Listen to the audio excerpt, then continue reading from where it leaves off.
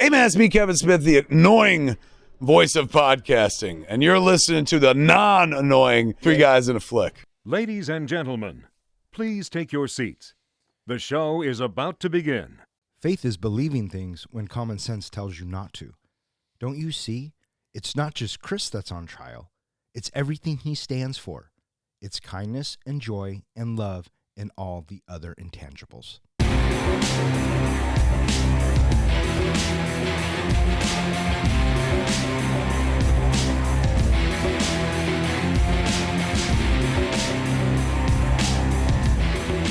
Welcome back. You are listening to Three Guys in a Flick. This is where we review the good, the bad, and the absurd.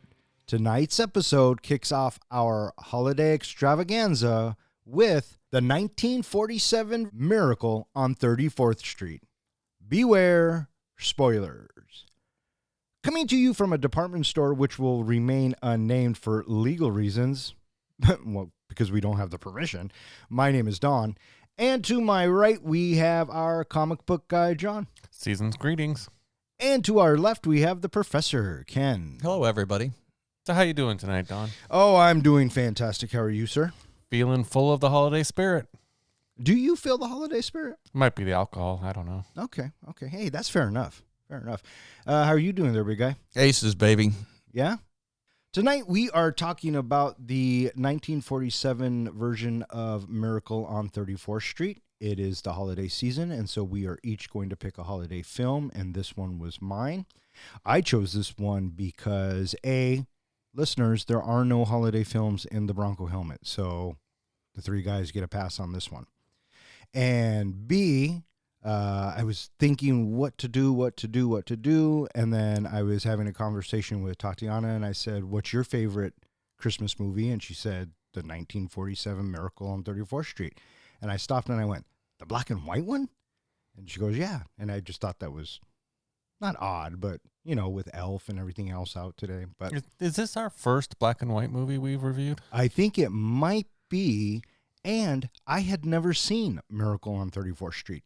Any version. Shut the front door. See, that's kind of where I came to as well. So here we are. Released on June 11th. June 11th? Yes, sir. I guess things worked differently back in 1947. The producers or whoever was putting out the film didn't want to release it around Christmas time because they figured more people go see the movies over the summer. So it made it difficult for the promoters. They had to promote this movie without really letting out that it was going to be a Christmas-type movie. So all the posters and everything originally didn't have any Christmas themes on it. Oh, look at that. Originally, they were anxious that the movie was going to be profitable, and they didn't believe in the movie. Well, released on June 11th, 1947, Miracle on 34th Street was directed by George Seaton. The screenplay by George Seaton. And it stars Maureen O'Hara, John Payne, Edmund Gwynn, Gene Lockhart, Natalie Wood, Porter Hall, William Frawley, Jerome Cowan, Philip Tung, and a bunch of other department store Santas. How'd this movie do, Don? This movie was made for $630,000, and it brought in $2.7 million. But if you think for 1947, that was huge. Probably, first of all, an expensive movie, and they didn't expect that big of a return. So Yeah. Made 4 times. I mean, even today, if you make a movie and get 4 times back, it's pretty big, right? Hey, Professor, was this movie up for any Academy Awards? It was nominated for 4 Academy Awards.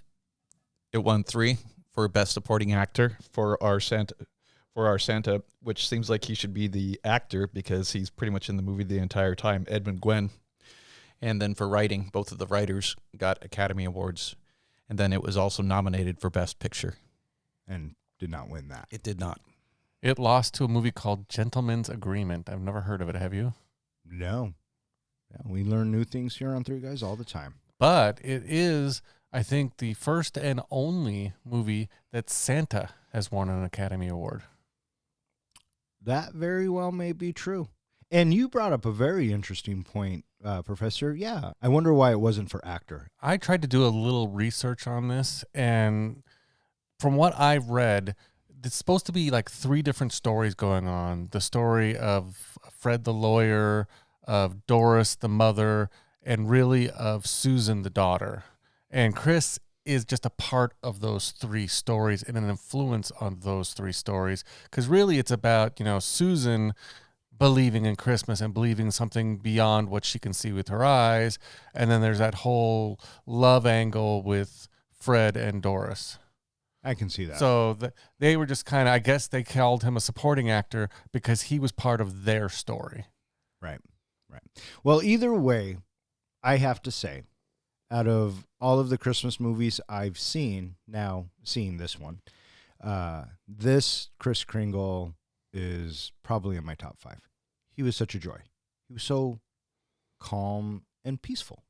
He, I thought, did an amazing job. If, I was going to make a movie about Santa, I'd want him, that type of character, the way he played it, that's the Santa I would want. In fact, I guess Natalie Wood, who was 8 years old when they were filming, thought he really was Santa. Yeah. And it wasn't until the cast party at the end of the filming, where he had shaved his beard and wore a different outfit, wore a nice suit, that she realized he wasn't Santa. Gullible kids. Speaking of gullible kids, I'm watching the flick and I'm thinking, fuck, that looks like Natalie Wood. I had no idea that Natalie Wood was in this movie. Oh, isn't that funny? Yeah. And there was another one. Oh, the dude from the U.S. State Department, Fred from I Love Lucy. Oh, yeah. Yeah, so those were the only 2 people that I knew or recognized in this film. Seeing as this movie was made in 1947, and those were the only 2 actors that I recognized, did you guys recognize any of these actors or seen them in anything before? Maureen O'Hara for The Quiet Man with John Wayne. Oh, yeah? Yeah, and then I knew Natalie Wood also from Rebel Without a Cause, The Searchers.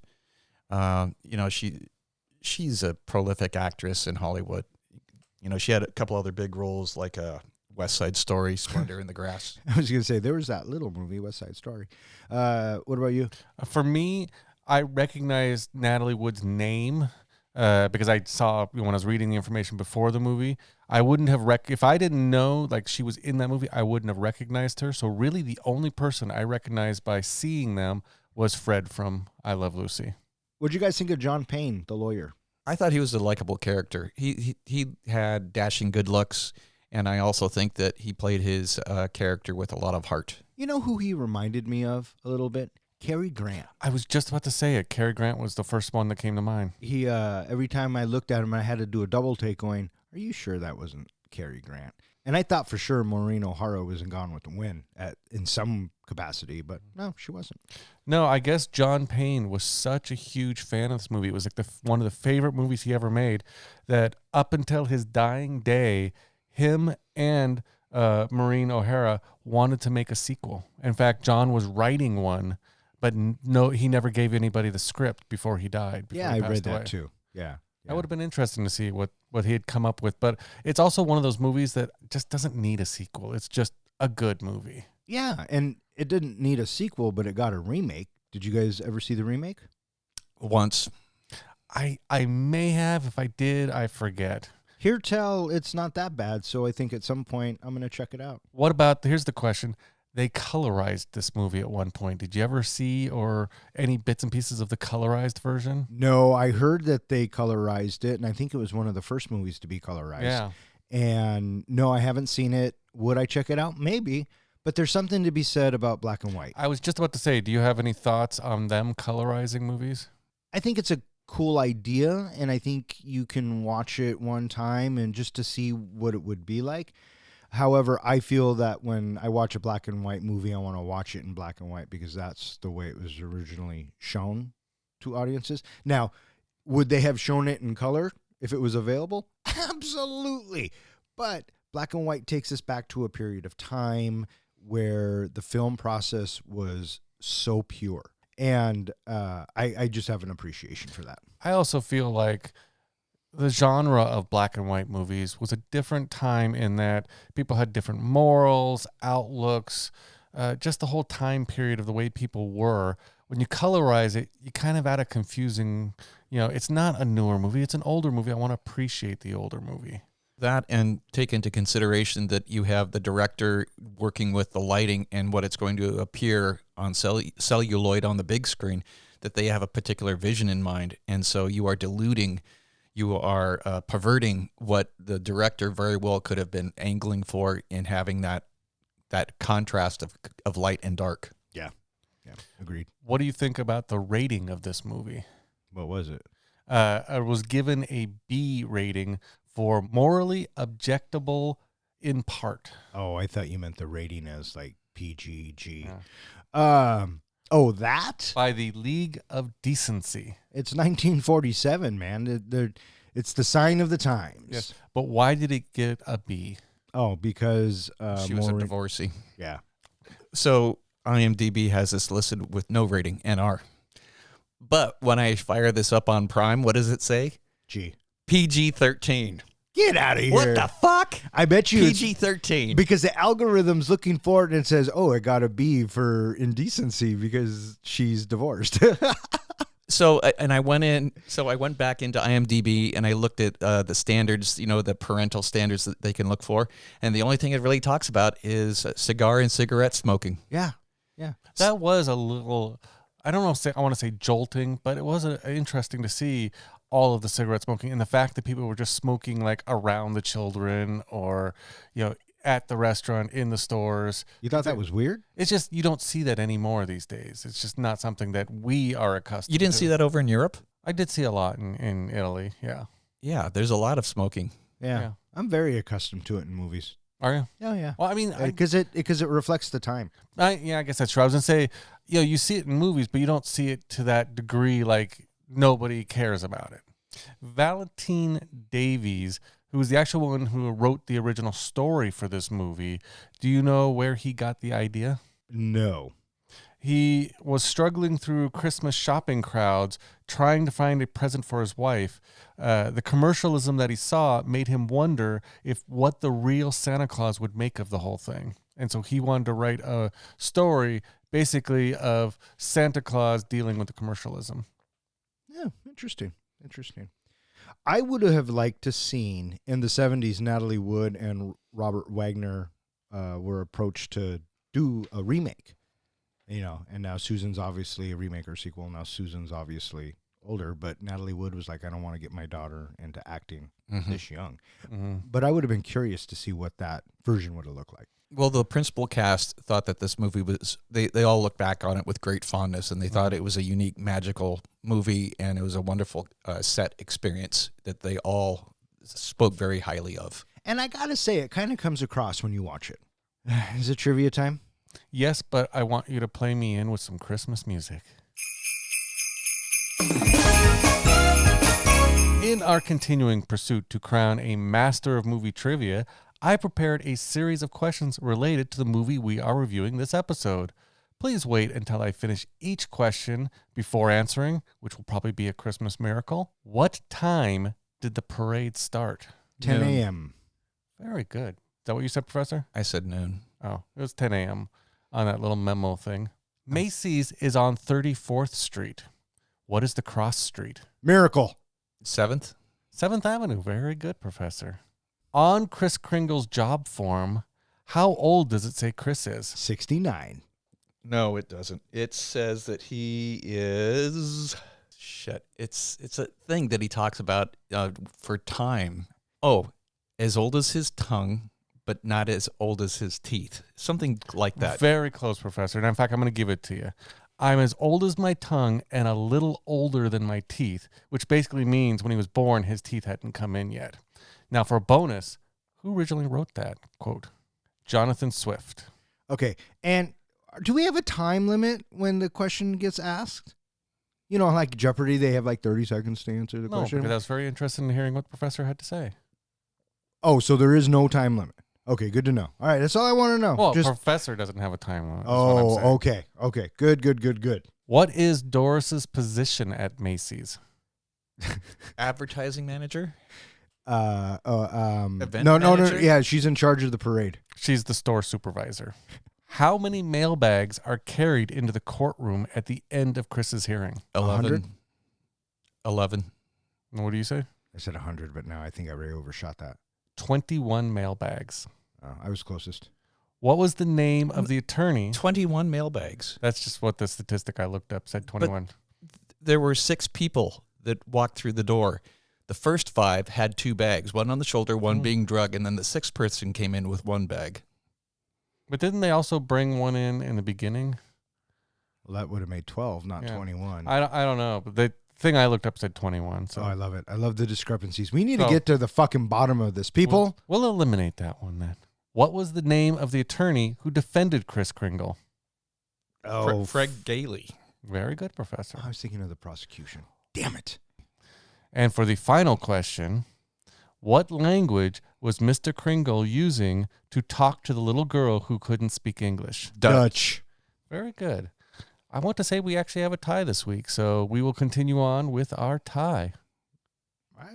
Okay, I will take it, even though I'm pretty sure you kicked my ass. But hey, tie's a tie.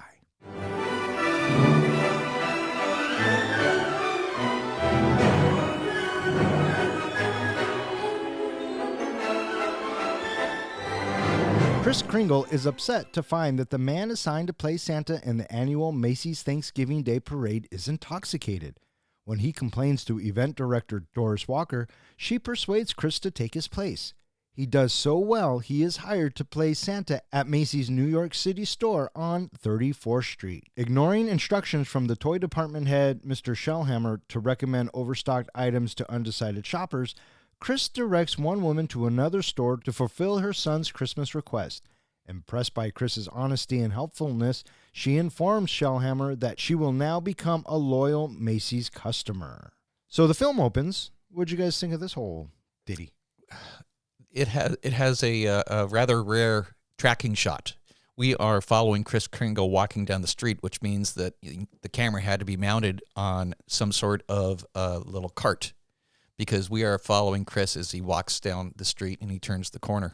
You know, that is one of the first things that I noticed about this movie, that the camera very rarely moves. Correct. Because they're so freaking big. Yeah. So every time it moved, I would go, oh, it's moving. Mm-hmm. One thing I noticed that I thought was really interesting is, and I don't know if this is the way it was with a lot of these older movies, that the credits came right at the beginning. Credits still come at the beginning of movies today. But no, it was like all the credits. If you watched all the way to the end, there were no credits at the end. It was just, here's all your credits for the movie, here's the director, all that information right at the beginning. It's not necessarily unusual, but what is unusual is certainly the amount of names on the credits. Mm-hmm. You watch something like Casablanca, there's like just a couple of cards. It's very brief. Yeah, and you usually got longer opening credits and shorter end credits. Mm-hmm. One big interesting thing I thought about this movie from what I was reading is that they really wanted to have the whole parade be part of the movie, so they used the real Macy's New York parade and had basically one opportunity to film it. So they got, the actor who played Kris Kringle, they got him to be the parade Santa for that year. Yeah. Yeah, they had cameras mounted everywhere because you get your one shot. Here it is. So yeah, it's pretty cool. Yeah. Having the movie open on Kris stopping at the window to comment about the position of the reindeer, I thought was a nice intro for us. I agree. Because it's just subtle that he's being critical about having the position of the reindeer. And the wife, she's looking and she's saying, how does he know which one is which? I go, it's because of the antlers. Yeah. He's Santa. I kept waiting for this guy in the shop just to open the door and go, fuck off. Yeah, I was kind of too. Kris moseys along and he stumbles upon the drunk Santa. Oh, yeah. Mm-hmm. And I immediately think, if I was a Santa and I was doing a parade like that, I'd probably be hammered too. Apparently, that was a seriously cold day to the point where even the camera equipment was freezing over while they were trying to film. So, yeah, I guess I kind of understand. I believe it. And I don't necessarily raise my eyebrows that much to Santa being drunk because 80 years ago, it was not unusual for people to have drinking issues on the job in everyday life. Yeah. 80 minutes ago, it's not unusual to have people drinking on the job. And so, Chris... Doris is in a pinch. And we are introduced to Doris. And what do you guys think of Maureen O'Hara? It was liberating to have, especially an older movie, to have a woman with so much power in charge of so much. Yeah. And I thought the same I was thing. impressed by that. Yeah. Exactly. And to take it one step further, a divorced woman who's on her own, who is basically making her own decisions. You don't see a lot of that. You usually see the men taking over and I'll take care of this woman. Because that's certainly the culture. Yeah, and she was the one who had the great job, who loved her job and was in charge.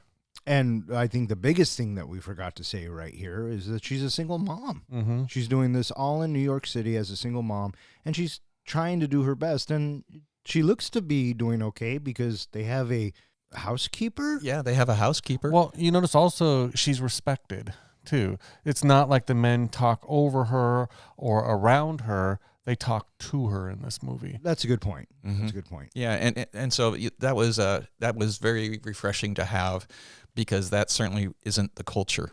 And then we meet Frank and Susan, which, right off the bat, I'm kind of like, that's kind of weird. Well, I'm thinking in this day and age, that would be looked at completely different than it would have maybe back then. Well, for a obviously strange it was. guy to invite a little girl over to his house and Oh, have yeah. all this alone time with her when the mother hasn't even met the guy yet. Well, it sounds like that they met. I don't know. She said, "Oh, that neighbor." Right. So it sounds like that they've met. Yeah. Maybe passing in the hallway, That type maybe of thing. something. That's- Maybe yeah. But also, we do have one establishing camera shot that shows Mom looking across the courtyard into his apartment window, that we are able to see both of the characters in the window. So the filmmakers are saying, hey, this is okay. And it does. And we do find out that Gailey, Mr. Gailey. Mr. Gailey is getting to know Susan and being sweet because maybe he might be a little smitten with Doris. Well, I like how it's kind of revealed early on that Susan is actually trying to help him get to meet the mom and kind of, get with the mom. Sure. Cute little trope there. Mm-hmm. So, She's playing Cupid. and so we get the parade and Kris Kringle's doing his thing. And We find how mature she and sensible and practical Susan is. She's talking about her parents, being divorced and that fairy tales are silly. And she is a practical woman, just like her mother, if you will. at 8 years old. Mm-hmm. And then Mom shows up, and the two of them chat. And Fred, he's like, "What's the deal? She doesn't like fairy tales, and she doesn't." But that's Mom's parenting style. yeah. Well, I think she also kind of sees it as if you're going to be, a professional woman in those times, you have to give up fantasy and you have to be practical. You have to get any respect. You basically have to be, forthcoming and have a business head on her. So she wanted her to focus on her education, her intellect, and all of those things, and leave imagination and fantasy behind. And so what the filmmakers and storytellers are doing is that they are setting this foundation for us, and they're telling us that this is where the turn is going to be, because at the heart of it, every kid deserves to be a kid, and Believing in Santa Claus is a part of that. absolutely. And here's Susan, 8 years old. I don't believe in Santa Claus. That's right. And so We have a quick little bit where she begs to have Mr. Gailey over for Thanksgiving dinner. right. And then come to find out, did I say it right? Did I say it right? It was all a ruse, little fucker. In the meantime, Chris does such a good job at the parade that Doris convinces him to be a Macy's Santa Claus. Well, it's because the Macy's owner saw him and thought, this is the perfect Santa. He looks just like him. Because maybe something spoke to Mr. Macy and something told him that it was the real Santa Claus. I just think Who it's- knows? I think it's the amazing beard. That was a kick-ass beard. Well, I'm not going to argue with you guys. It was a very kick-ass beard. But I like to also think that there was something else at work here. The it's not shown, but his eyes twinkle practically when he's on screen. Yeah. I also liked it. They talked about, he didn't need any padding in his suit or anything like that, but he would seem like a great, just shape, size, height, all that. Perfect for what you would imagine for like the Coca-Cola Santa Claus. Right. The Coca-Cola Santa Claus is pretty much where we get our vision of what Santa Claus looks like. Before Coca-Cola came along with that, it was a Norse god that has one eye missing. He has an 8-legged horse. Also, basically based off of Odin. Yeah. Didn't they call him something like Sinterklaas back then? I don't know. Or at least that's how I think the Norse people called it. But courtesy of Coca-Cola, that's where we get our vision of Santa Claus. He thinks Coca-Cola. And I think it was Norman Rockwell. Didn't he design that Santa version? He certainly has enriched the American nostalgia vision of that stupid Norman Rockwell, whatever. So Mr. Shellhammer, he is duly impressed with Santa, and he is just over the moon on how wonderful he seems to be responding to the children, and he looks like that he is going to be the Santa that they have to hold on to, and he tells this to Susan. And Chris, in the meantime, tells this mom, we don't have the fire truck, but it's over here. He helps her find it at a different store. And the mom is so impressed that a Macy's employee or a Santa Claus at Macy's would do that. She goes up to Shellhammer and says, you know what? I am now a loyal Macy's customer.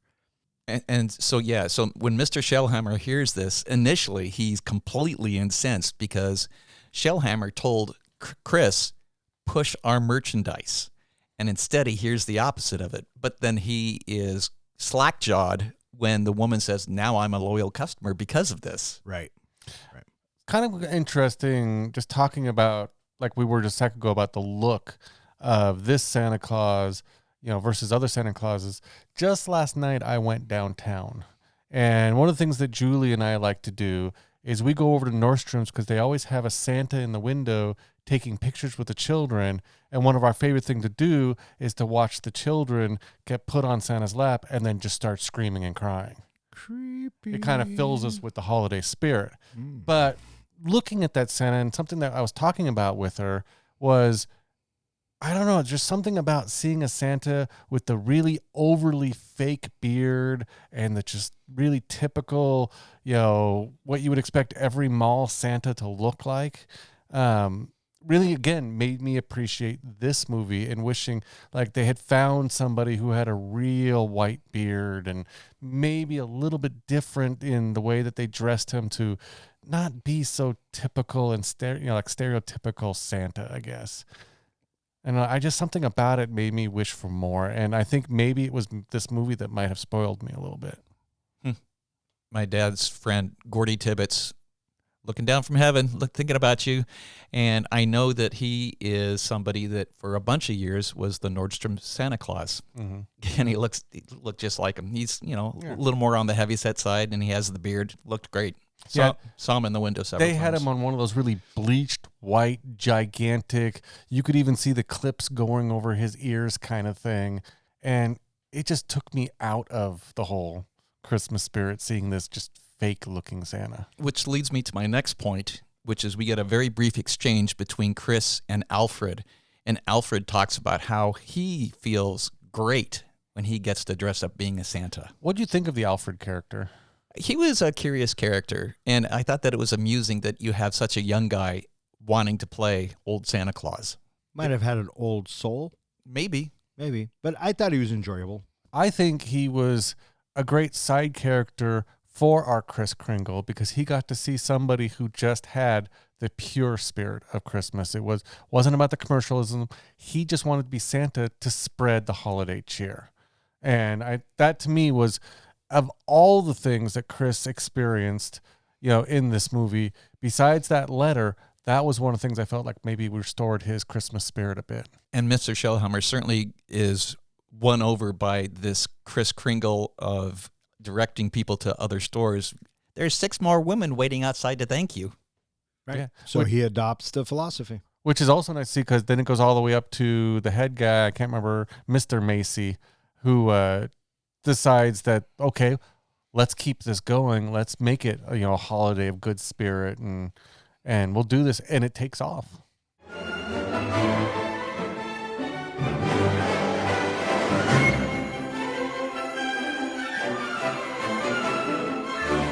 Attorney Fred Gailey, Doris's neighbor, takes the young divorcee's daughter Susan to see Santa. Doris has raised her not to believe in fairy tales, but Susan is shaken after seeing Chris speak Dutch with a girl who does not speak English. Doris asks Chris to tell Susan that he is not Santa, but he insists that he is. Worried, Doris decides to fire him, but Chris has generated so much positive publicity and goodwill that R.H. Macy, the store's owner, promises bonuses. To alleviate Doris's misgivings, Shellhammer suggests Gransville Sawyer administer a psychological evaluation. Sawyer recommends Chris's dismissal. Meanwhile, Susan shows Chris a magazine photo of her dream house and tells him she wants it for Christmas. Reluctantly, he promises to do his best. So I thought that it was very amusing that we have Fred.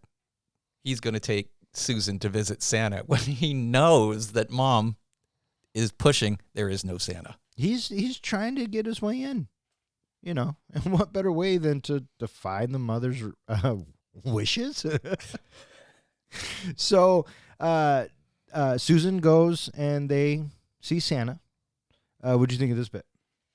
I thought it was really cute, especially the part with the little Dutch girl. Did you read the translation of what the little Dutch girl says to Santa? Yeah, so all I want for Christmas is you, or something like that. No, basically, the mom comes up and says, well, she doesn't speak English. I'm sorry, she speaks Dutch. She thinks you can speak it. He turns on and speaks it back to her. And what their conversation was, first of all, they're talking about Cinder Claus, which is, how I guess they say it in Dutch.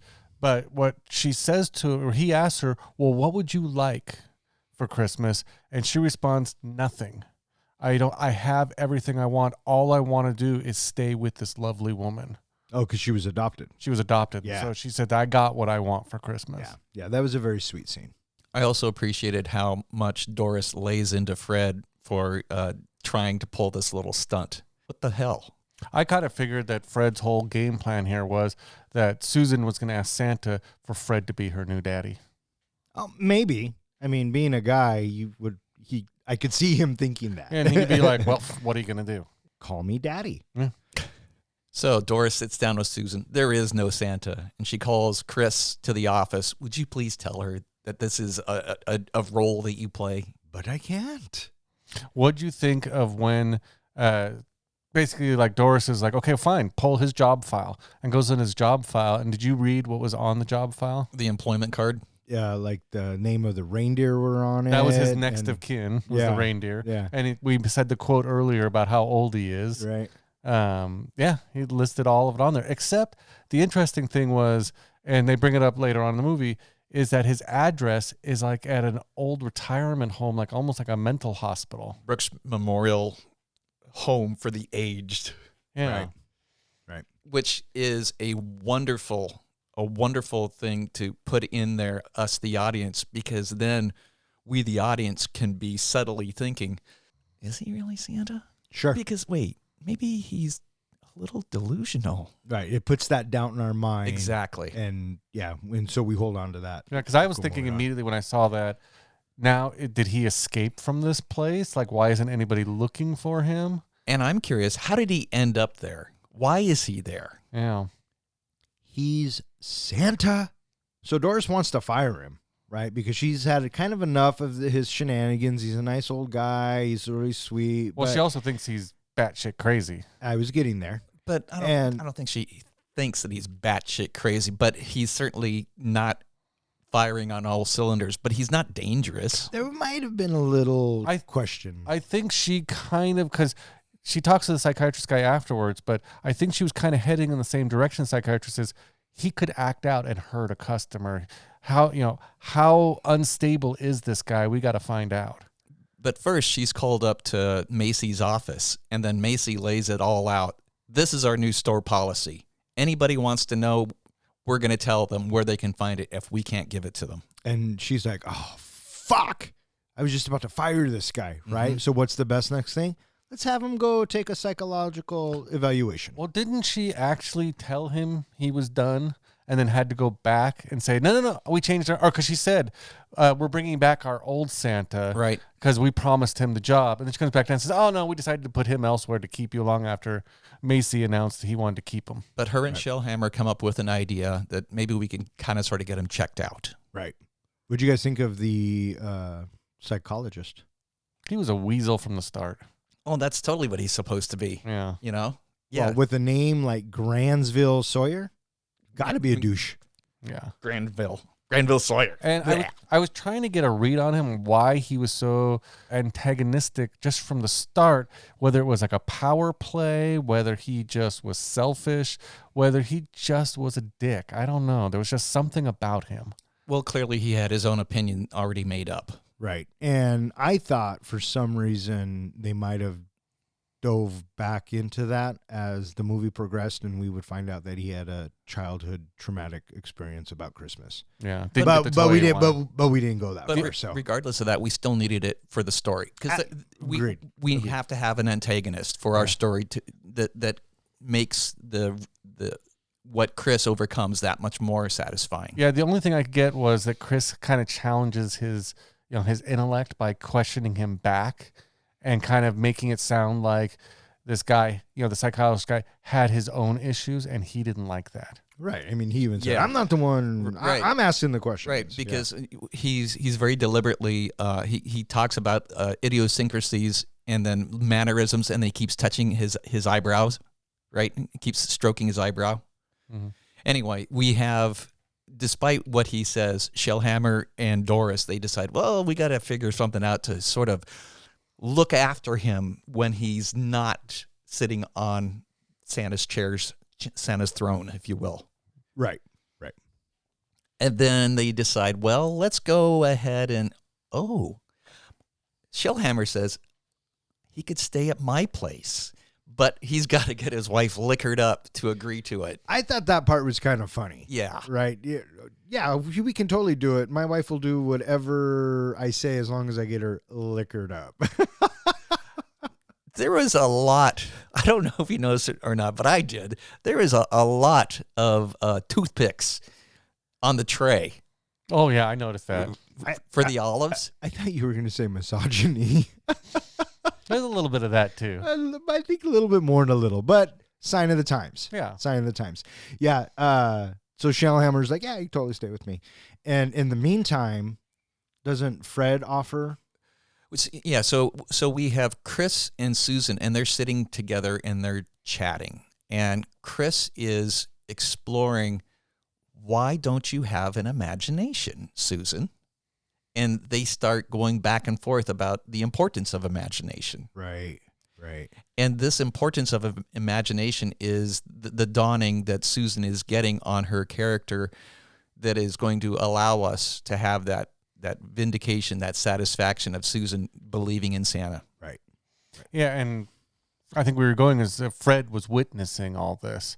And I think he decides to invite Chris to come stay with him because he wants more interaction between Chris and Susan because it's so good for Susan. Yeah, he walks in to find they're monkeying around. He's showing her how to be a monkey. Yes. Agreed with all of that. And I also think that, Fred is thinking, if I keep him around, then I'll get close to Doris too. Yeah, I don't know why, but the warm feeling I got from them monkeying around, as you put it, Professor, was it's almost like a grandfather-granddaughter interaction. I really appreciated that. It just felt like, this just, I don't know, something about, making me miss my own grandfather. Mm-hmm. Oh, Yeah, sure. It was a very, very strong fondness between the two that's blossoming here. Mm-hmm. Yeah, very tender. Mm-hmm. Very tender. And so we have this little exchange. She's in bed. He's sitting with her. What do you want for Christmas? And what does she want? She wants a freaking house. She pulls out the magazine ad. I thought that was so funny. I was thinking like a dollhouse or, a doll or a pony even. Well, that's his reaction. It's like she says, I want a house. Oh, you want a dollhouse? No, I want a house. A real house. A freaking house.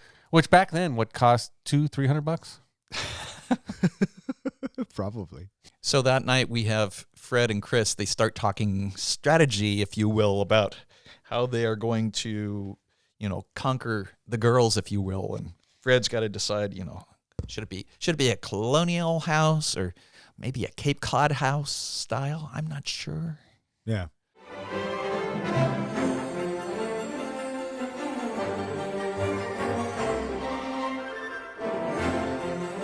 In the company cafeteria, young employee Alfred tells Chris that Sawyer convinced him that he is unstable simply because he enjoys dressing as Santa Claus. Chris immediately confronts Sawyer, eventually striking him on the head with an umbrella. Sawyer exaggerates his pain to have Chris confined to Bellevue Hospital. Tricked into cooperating and believing Doris to be in on the deception, Chris deliberately fails his examination and is recommended for permanent commitment. However, Fred persuades Chris not to give up and represents him in court. At the hearing before Judge Henry X. Harper, District Attorney Thomas Mara gets Chris to assert that he is Santa Claus and rests his case, asking Harper to rule that Santa does not exist. In private, Harper's political advisor Charlie O'Halloran warns him that doing so would be disastrous for his upcoming re-election bid. Harper buys time by hearing further evidence. Fred calls Macy's as a witness and gets him to admit that he believes in Santa. On leaving the stand, Macy fires Sawyer. Next, Fred calls Mira's own young son, who testifies that his father told him that Santa is real. Mira concedes the point, but goes on to demand that Fred prove that Chris is the one and only Santa Claus based on some competent authority by the following day. There was one other thing that I wanted to bring up so briefly that happens when Chris and Susan are talking. After Chris have the exchange, we see something that I think is put in there to make us like and want to get behind Susan. She's chewing bubble gum lying in bed and she blows the bubble. Mm-hmm. I thought that was a conscious choice for the director to put that in there into the story to make her not be just this grown up that's jaded, not jaded, but skeptical, right? That she still is a kid having that bubble gum in there. Doesn't she take like out a piece of wrapper or something to put it away? Yeah. And then put it back She in her saves the drawer or piece, something? yeah. Yeah. Totally a kid move. Yeah, and did you like the whole Santa having to pick the gum out of his beard? Yeah, that was cute. I've had to pick gum out of my beard, so I sympathize with the guy. One thing I was going to mention earlier with the whole what happens next with Chris's interaction with the psychiatrist was early on when the psychiatrist was giving his report on Chris, he says it's only a matter of time before he has an outburst and he strikes someone. I think that was a good example of foreshadowing in this movie. So when the psychiatrist tells all those horrible things to Alfred and makes Alfred doubt who he is and his whole purpose of, his whole Christmas spirit, that maybe there's something more to him just wanting to bring joy to people, Chris kind of loses it. Yeah. Yeah, he confronts him.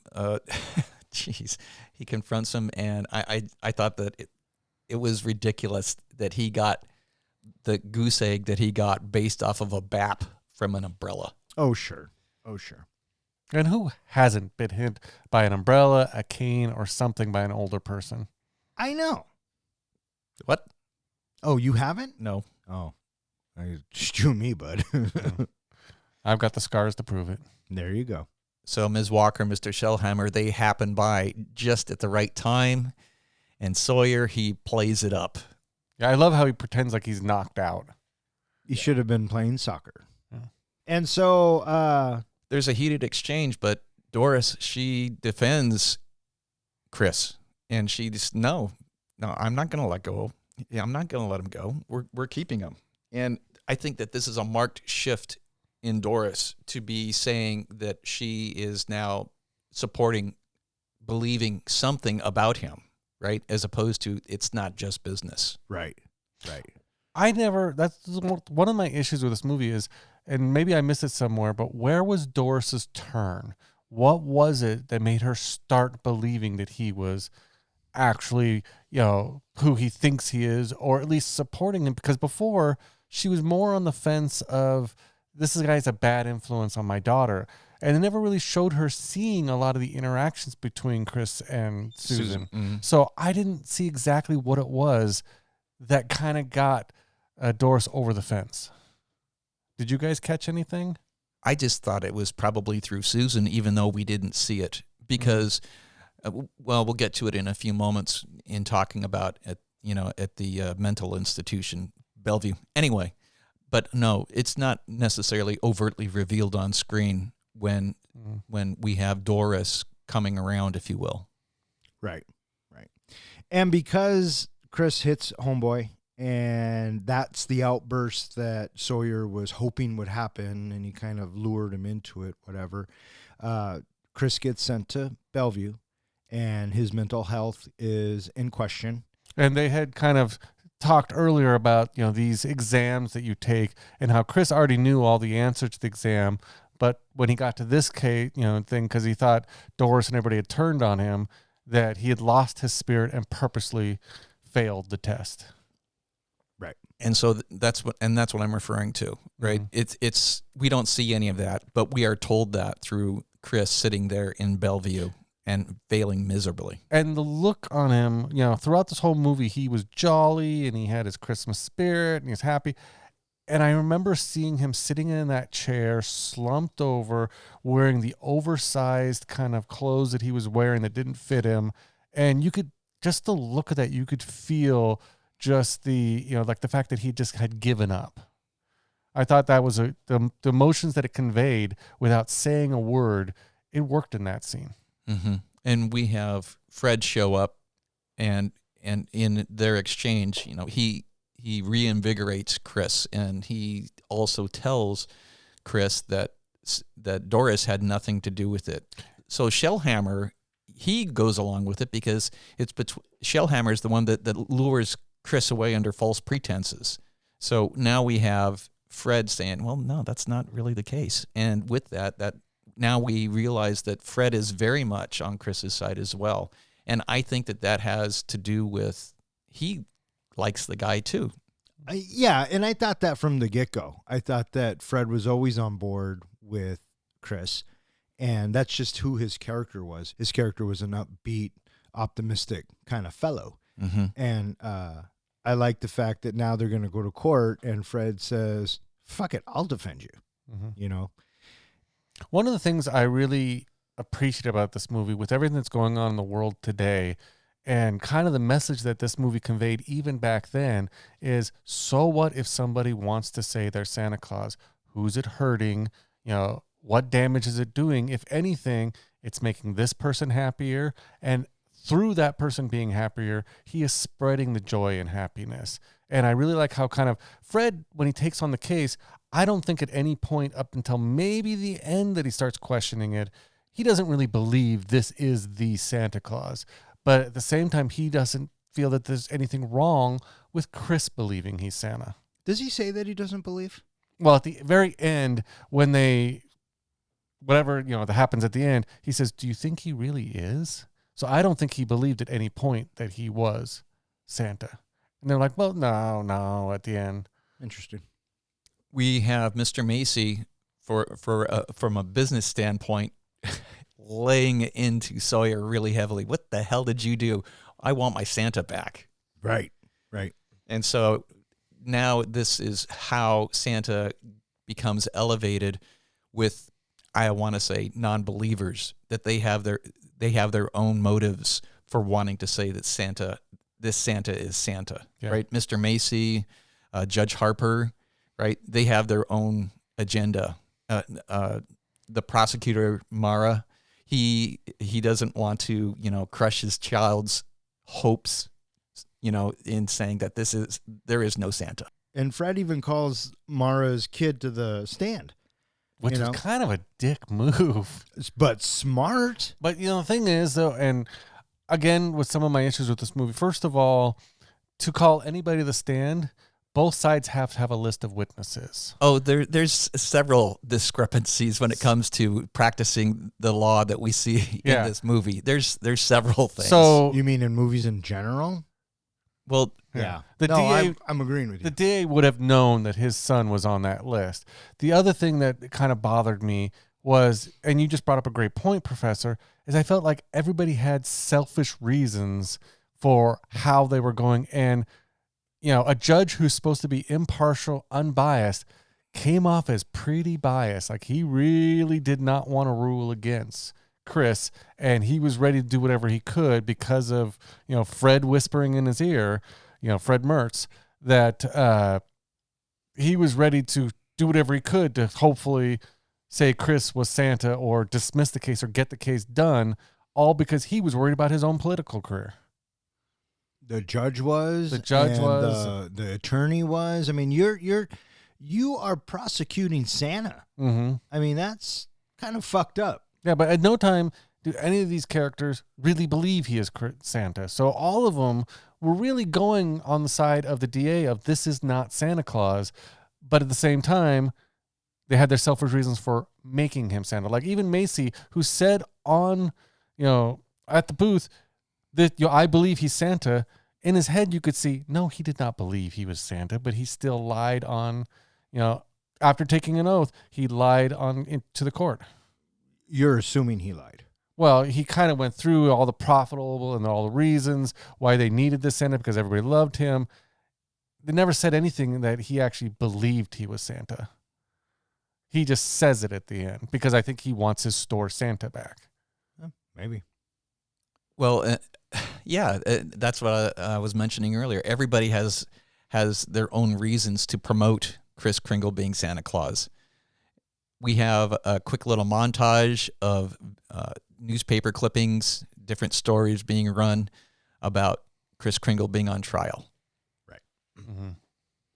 And so now this takes us to the whole courtroom scene stuff. And we have Sawyer, he begs Gailey, please, we don't want any publicity out of this. Please, please, please drop it. And he's like, no, I'm not going to drop it. Well, I like, not only does he say that, but that's where he then releases it all to the newspapers and we get all this publicity after them asking him not to publicize it.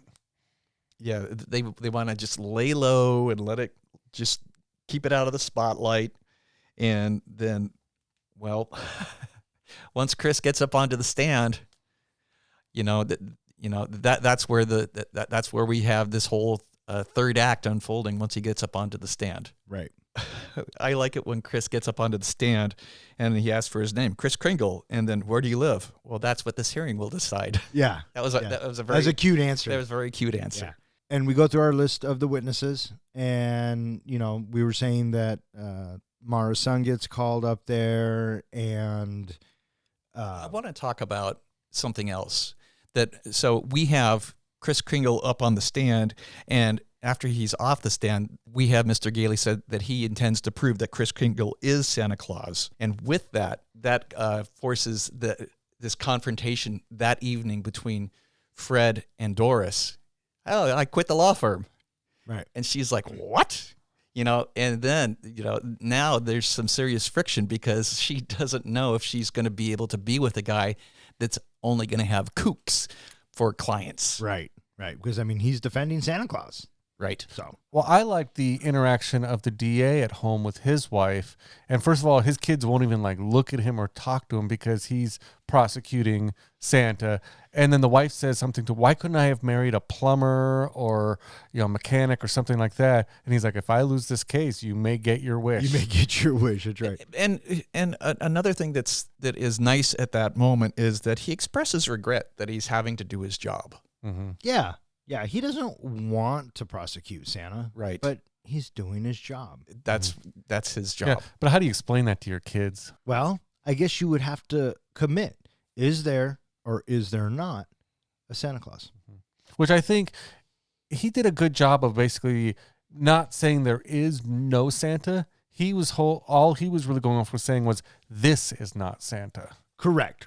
You just need a reasonable doubt. Yeah. Well, yeah, and this all comes from Mr. Macy being up on the stand and Mr. Macy realizing the dollar signs that are going to happen just flutter away if he says that he's not Santa Claus. So he says that yes. It's a trickle-down effect. Macy loses all the money. The judge doesn't get reelected. The prosecutor gets shamed for being the guy who imprisoned Santa or whatever. They were also saying that the toy makers will sell less toys if kids don't believe in Santa. Yeah. Cards won't be sold. Et cetera, et cetera.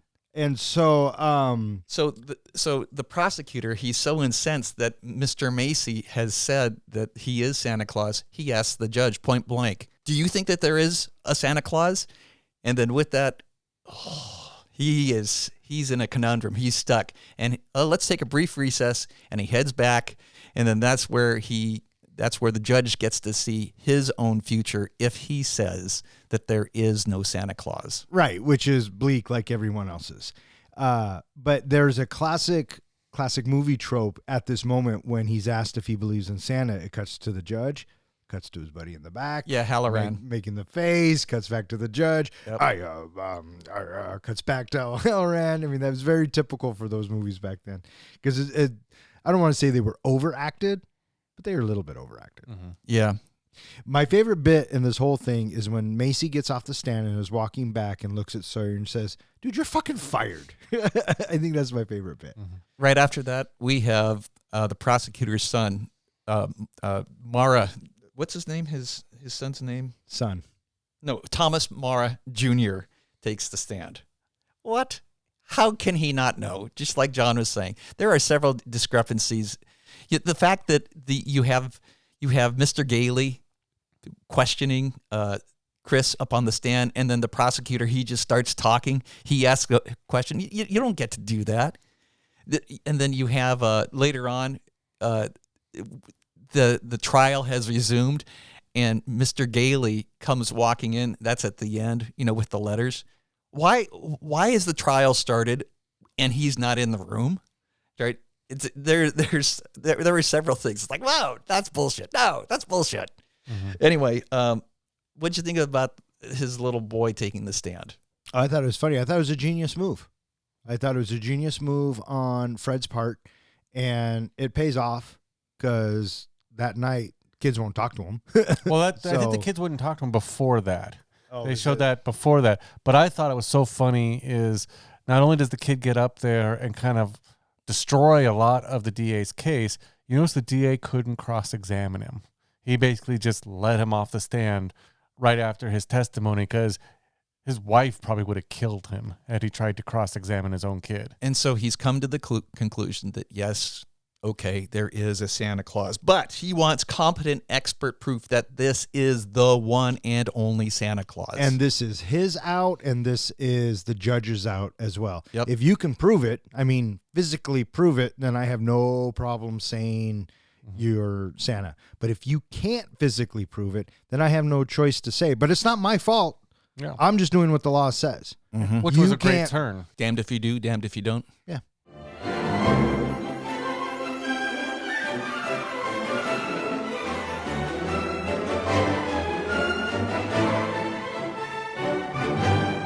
Meanwhile, Susan writes Chris a letter to cheer him up, which Doris also signs. When a New York post office mail sorter sees Susan's letter addressed to Chris at the New York courthouse, he suggests delivering all of the dead letters addressed to Santa Claus to Chris and freeing up storage space. As court resumes, Fred is told of the mail delivery. He argues that the post office, a branch of the U.S. federal government, has acknowledged that Chris is the one and only Santa Claus by delivering the letters.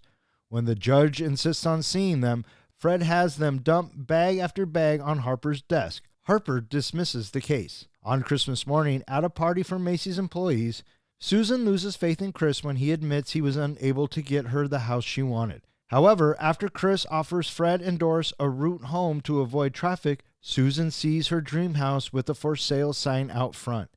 Demanding that Fred stop the car, she runs into the house exclaiming, "Mr. Kringle is Santa Claus." Fred learns that Doris has encouraged Susan to have faith and suggests they get married and purchase the house. He then boasts that he must be a great lawyer since he proved an eccentric old man was Santa. However, when he and Doris spot a cane in the house that looks just like Chris's, he's not so sure. Roll credits. So what do you guys think of the letter that Susan wrote? Did you guys have a chance to actually read the letter? I only read the bottom part when Doris signs it. I paused it and read it. I took a screenshot of it. Do you want me to read the letter? I'm going to say no, but you're going to read it anyway, so go ahead. Professor, do you have an opinion? I don't care. Okay. Says, Dear Mr. Kringle, my mother says you are sad. Now I am writing you because I want you to be happy again and to tell you that I believe all you told me and everything will turn out fine. I even believe you will get me the present I asked for. I hope you are not sad. Yours truly, Susan. So the thing that I thought was kind of interesting is while it's a nice letter and it's a cute letter, it's also a pretty selfish letter in that she's still believing he will get her the house. Santa baby. Why is that bad? I don't know. It's just not. I thought they could have left that little house part out and her basically just saying, I just wish for you to be okay. Would you have at 8 years old? I don't know. I kind of Nah, hope I Come was. on. Fuck off. Come on. I was all sweet and nice back then. Oh, I wasn't as Jesus. jaded as I am now. Starting to get nauseous with all this bullshit running around here. No, I didn't read the letter. I mean, I didn't think anything of it. So, Well, but when Doris signs it at the bottom, come on. well, yeah, I mean, that's kind of the point of it. Mhm. I thought was to show us that Doris has come around and she believes. Mm-hmm. Or she just wants to help him feel better when she puts I believe too. You're just very pessimistic, aren't you? It can be either way. Either way, it's a nice gesture. Is it? Because like I said, at the end, they both show their doubts that he was ever really Santa Claus when they say, wait, you see the cane? Maybe he was Santa Claus. I mean, at that point, they both didn't believe he was Santa Claus. If you say so. So I think that it is interesting how the post office has their own selfish needs.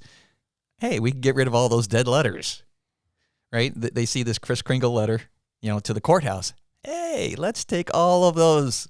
How did all of those letters, why were they addressed to the courthouse? No, No, they weren't. They were addressed the to one Susan's was, but that gives the post office the idea of they're all to the North Pole, right?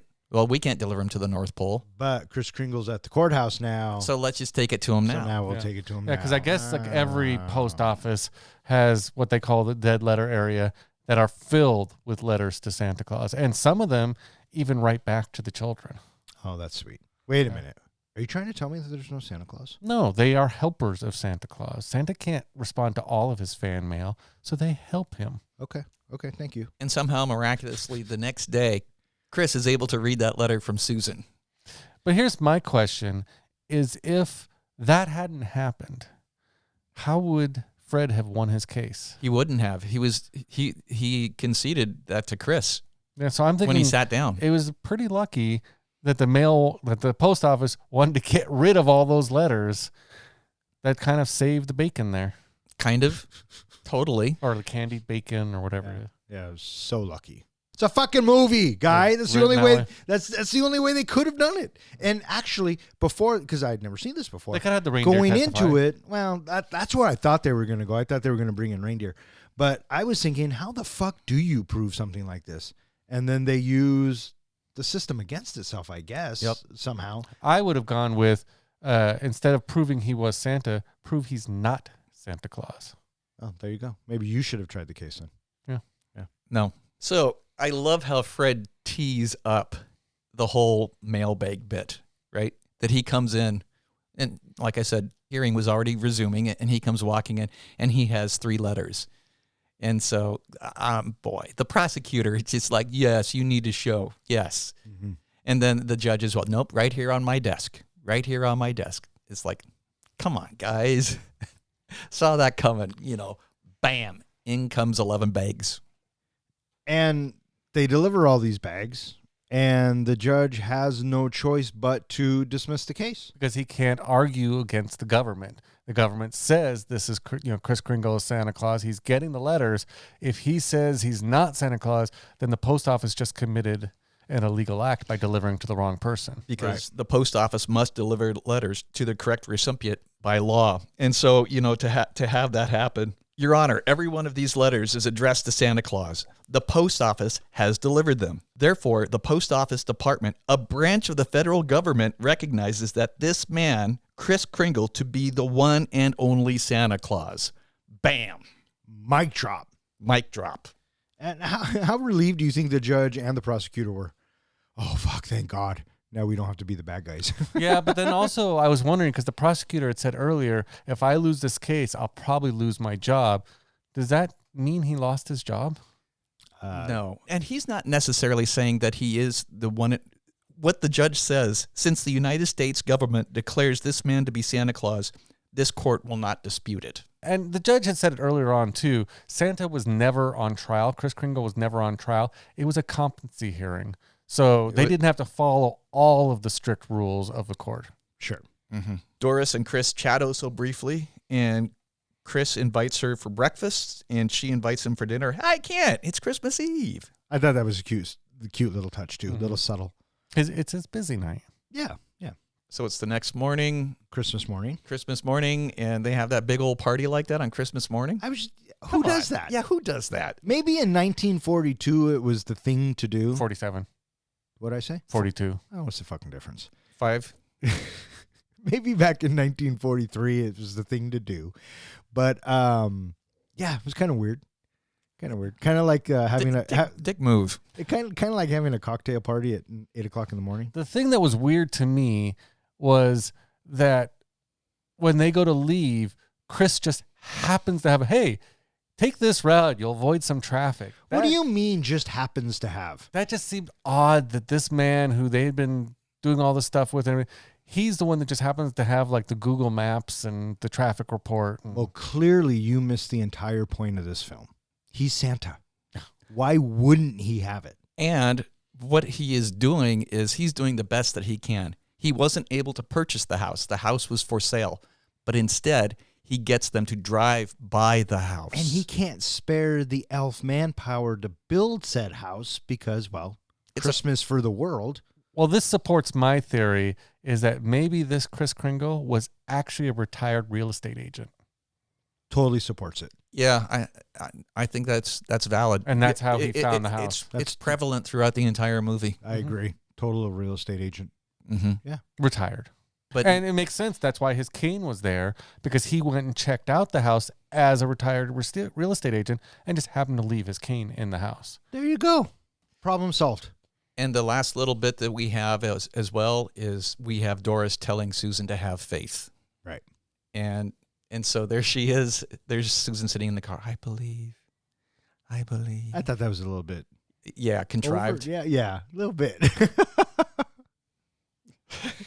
And so, yeah, they get into the house. Stop the car, Uncle Fred. Stop.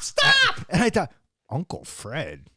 That's weird. Well, I thought it was so funny is that this house matches the drawing. So the drawing was probably done of this specific house. And now here I am picturing in my head of this Kris Kringle showing up with maybe all of his reindeer and all of his elves and strong arming the people and saying, you will sell this house. You will put it up for sale and you'll get the hell out. Wait, I thought he was a real estate agent. Make up your fucking mind. So he's dude. not a real estate agent? No, he's just the muscle. Oh. Yeah, so a little Violet Knight-ish. But you could also think of it, he could be, Kris Kringle, Santa Claus, couple days of the year. Santa got to have a job the rest of the year. He's got to make some money to pay all those elves. Have you guys ever seen Fat Man with Mel Gibson? Yes. He has a U.S. contract. That's how he makes money outside of Christmas. Mm-hmm. So we have Susan racing into the house, and this is my house, Mommy.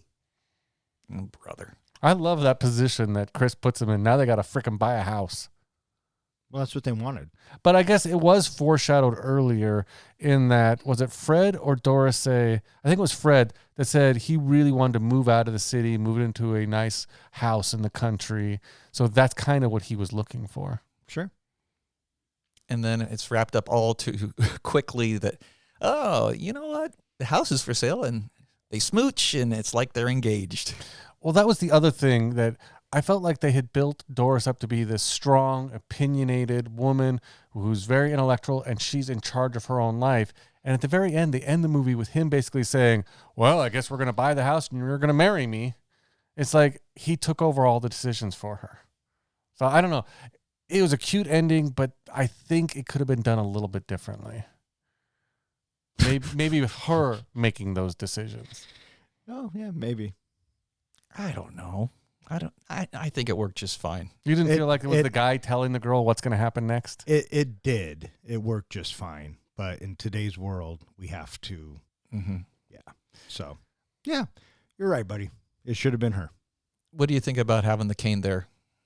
I thought it added a little bit of magic. And what I really appreciated about this film is that there was no magic. At any time, the filmmakers could have made him snap his fingers and something could have happened, or we could have got fantastical. something fantastical. Or we could have seen but we reindeer never got somewhere. it, right? Mhm. Yeah. So I thought the cane bit really worked, and I thought he was Santa Claus from the very beginning. So So did I. you didn't have to shake my tree. For me, I don't think the point was ever for him, whether he was Santa or wasn't Santa. It was just about having faith. And so I like the idea that we never get the reveal. Like you were saying, there was no magic in the movie that we saw, is that you don't have to believe he really is Santa or not to appreciate the movie. And the fact that us, the audience, does not have a definitive answer one way or the other, and it's left to us to decide ourselves, I think is a nice touch. Yeah, I agree. And that was Miracle on 34th Street. There is one actor in this movie who actually appeared in the remake. Do you know who that actor is? Natalie Wood? No, Natalie Wood was dead by the time this one came out. Mhm. The Santa Claus? Was it Sawyer?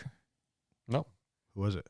It was Alvin Greenman, who Oh, played Alfred. He played Yeah, a janitor the kid. Oh, the kid. Yeah, in yeah. both movies. I guess that makes sense because he was young in the original and Yeah. old in He the is, remake. he is also, to bring, end this on a happy point, he is the longest surviving person from this movie. He died at 86 in 2016. Kris Kringle, we were talking earlier about the fact that, you and I, Don, we love his beard, his white beard. It's almost as good as this wizard that I know, not Dumbledore. I think his name was Gandalf. oh, Lord of the Rings. And now it's time for John's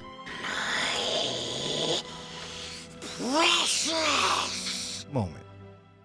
Last night, when I was trying to come up with my precious moments, ideas for this podcast, I thought, what if I just say, Merry Christmas, no precious moments?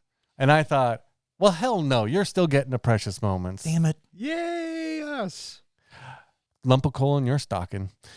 This is the point in our podcast where I compare the movie we are currently reviewing to the greatest movie series ever made, Lord of the Rings.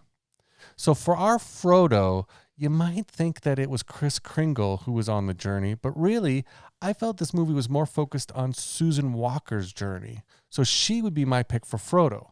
Like Frodo, she starts out as a sheltered little person who quickly learns that there is more out there than she's been raised to believe.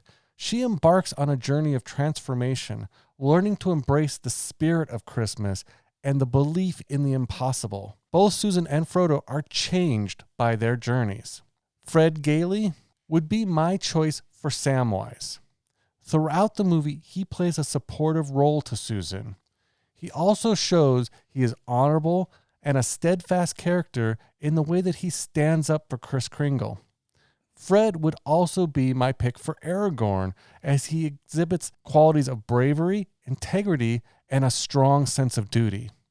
Along with that, he shows other qualities like leadership, determination, and a willingness to fight for what he believes is right. And in the end, he does become king of his new castle. I struggled a little bit to figure out where Alfred might fit in, and I felt that he fit in as Legolas in that he was a little bit different than the rest of the characters, but he had a sense of honor, kind of a nobility to him, and as well, he was very loyal and just on target. So I really thought he kind of gave off Legolas type vibes. Gandalf in Miracle on 34th Street would be Kris Kringle, aka Santa Claus.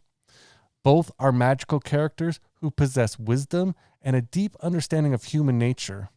Both act as guides and mentors to the other characters. Additionally, both characters are larger than life and have a profound impact on the people around them. So that would make our fellowship Susan, Fred, Alfred, and Chris. Doris Walker would be my pick for Arwen. Both characters have a sense of grace, inner strength, and a deep capacity for love and compassion. Like Arwen, Doris starts out heading in a direction that takes her away from her Aragorn, but by the end, she joins him on the same path. My pick for Saruman the White is District Attorney Thomas Mara. While he claims what he is doing is for the greater good, he works against our fellowship. He basically is doing the bidding of our Sauron, even though it's not direct. So who is the Dark Lord Sauron? In Miracle on 34th Street, the one trying to stop the journey of the Fellowship most would be Granville Sawyer. For whatever personal reason he has, whether it's power or control, he works against Kris Kringle and therefore inadvertently against all the children's belief in Santa Claus, especially our Frodo, Susan. So what is the precious? What is the One Ring? In Miracle on 34th Street, the best analogy or comparison for the One Ring would be the belief in Santa Claus. Much like the One Ring holds power to reshape Middle-earth in the hands of whoever wields it, so too does the belief in Santa Claus in the eye of those who hold on to that belief. Chris tells Doris early on that Christmas isn't just a day, it's a frame of mind. And children's belief in Santa is a big ingredient in that frame of mind. It's also the belief in the Christmas spirit. Take Santa out of Christmas and you put a pretty big dent in that frame of mind. The tangible symbol of that belief is the letter that Susan writes to Santa. Her belief not only gives him the power to continue, but also has influence over Doris and others. And in the end, it's the letters to Santa that win the day. It's probably best said by Fred Gailey, faith is believing in things when common sense tells you not to. Don't you see? It's not just Chris on trial. It's everything he stands for. It's kindness and joy and love and the other intangibles. That's what was at stake in this movie, and that was what was on trial. And there you have it, my comparison of Miracle on 34th Street to Lord of the Rings. Bring on the grades. What you got there, bud? That was pretty good. There is one thing that, John, you state not quite correctly. Your ring should be the disbelief in Santa Claus as opposed to the belief in Santa Claus. Ah, good point. People start at disbelief and then work towards belief. The prosecutor, the judge, they sort of grudgingly come around to it, but we have Susan completely believing in Santa Claus. I don't know if you caught, but when I said belief in Santa Claus, I didn't say either way. So disbelief and belief are included in there. The power for good, like Frodo and those who tried to use the ring for good would be the belief in Santa Claus. Those who tried to use the ring for bad would be the disbelief in Santa Claus. That's what I was trying to go for. Mm-hmm.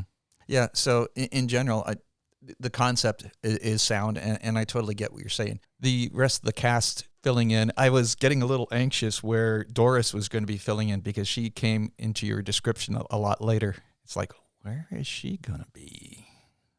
So sneaky he is. Sneaky hobbitses. Mm-hmm. I knew Gandalf was going to be Santa. Had to be. Yeah, it's kind of no-brainer. Mm-hmm. Right. Mm-hmm.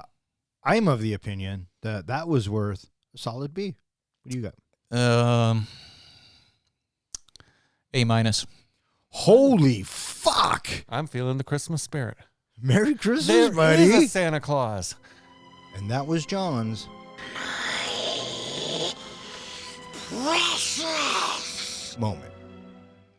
All right, what do you guys think? You guys ready to rate this flick? I'm ready to rate this flick. John, are you ready to rate this flick?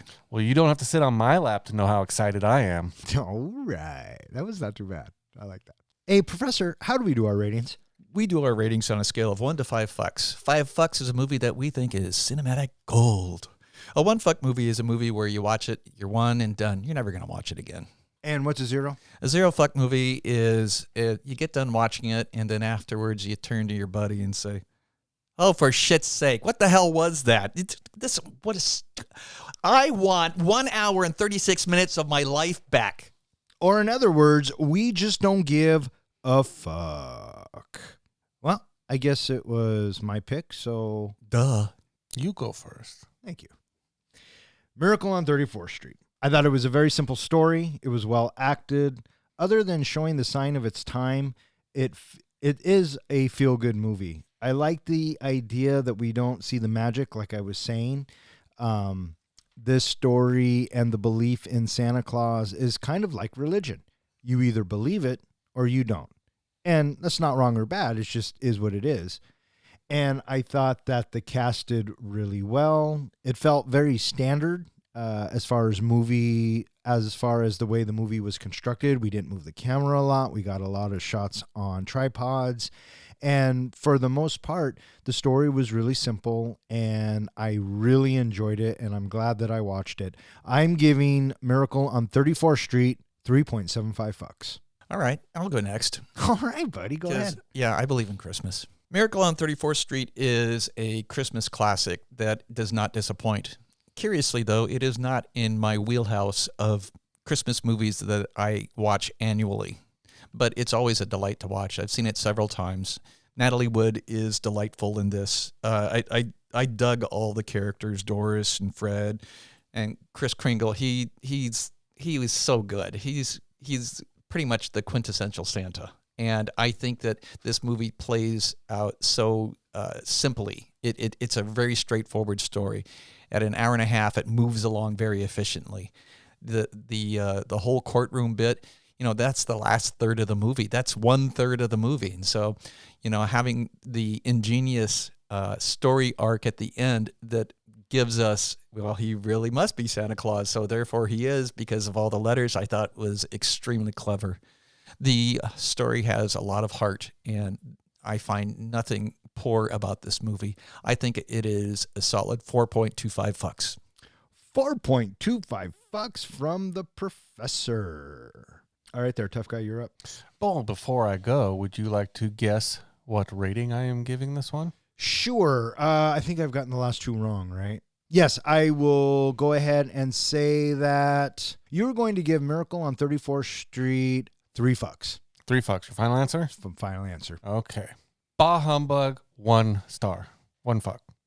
I'm just fucking kidding. Wah, wah, wah. Miracle on 34th Street is a heartwarming Christmas classic that delivers a timeless message about the power of faith and the magic of the holiday season, and is a gift of imagination. The performances in the movie are good. I especially appreciated Edmund Gwen's performance as Kris Kringle. He really captured the holiday spirit of the character and helped bring the story to life. The only negative elements I can bring up are some of the pacing issues and the fact that it's fairly dated. But for its time, was successful in capturing the magic of the season. I also had a few issues with the storyline. Many folks, even up until the end, had selfish reasons for wanting Kris to be Santa, or at least the appearance of Santa, whether really believing in him or just not wanting to be the public figure who doesn't pretend to believe in him. But I also appreciate how they left things ambiguous, because in the end, what does it matter if he's really Santa or not? It's the spirit of the holiday that matters most. If I had to create a top 10 for Christmas-related movies, I would definitely have this one on the list. But for rewatchability and my personal nostalgia's sake, it would probably be closer to 10 than it would be 1. So with all of that said, I'm giving Miracle on 34th Street 3 fucks. Oh, back on track, baby. Back on track.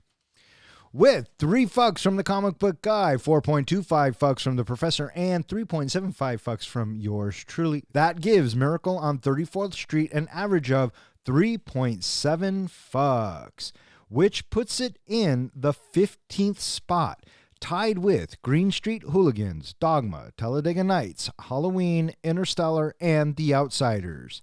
It is slightly better than 1917, Top Gun, Commando, and slightly worse than Booksmart, The Blues Brothers, The Muppet Movie, and Hell or High Water. So there you go. Is this our highest rated Christmas movie? No. Violent Night? Die Hard. Die Hard. Die Hard 2. That is going to wrap it up for this episode of Three Guys in a Flick. If you would like to know which movie we are going to be reviewing next, please check out our website. Speaking of which, John, where can they find us? They can always find us at threeguysandaflick.com, where we go ahead and post all of our show notes. All of our podcasts are available there, as well as some trivia. And there is a form there that you can submit what movie you would like us to review next. You can also find us at all of social media, as well as any place that hosts podcasts. All right. I just want to thank Zach, Ronnie, and Jill for listening. Keep on listening. Thanks, Zach. Thanks, Ronnie. Thanks, Jill. And I want to thank anyone else who listens and who has suggested a movie. If you keep listening, we'll keep recording. For Three Guys in a Flick, I'm Don. I'm John. And I'm Ken. Happy holidays, and thanks for listening.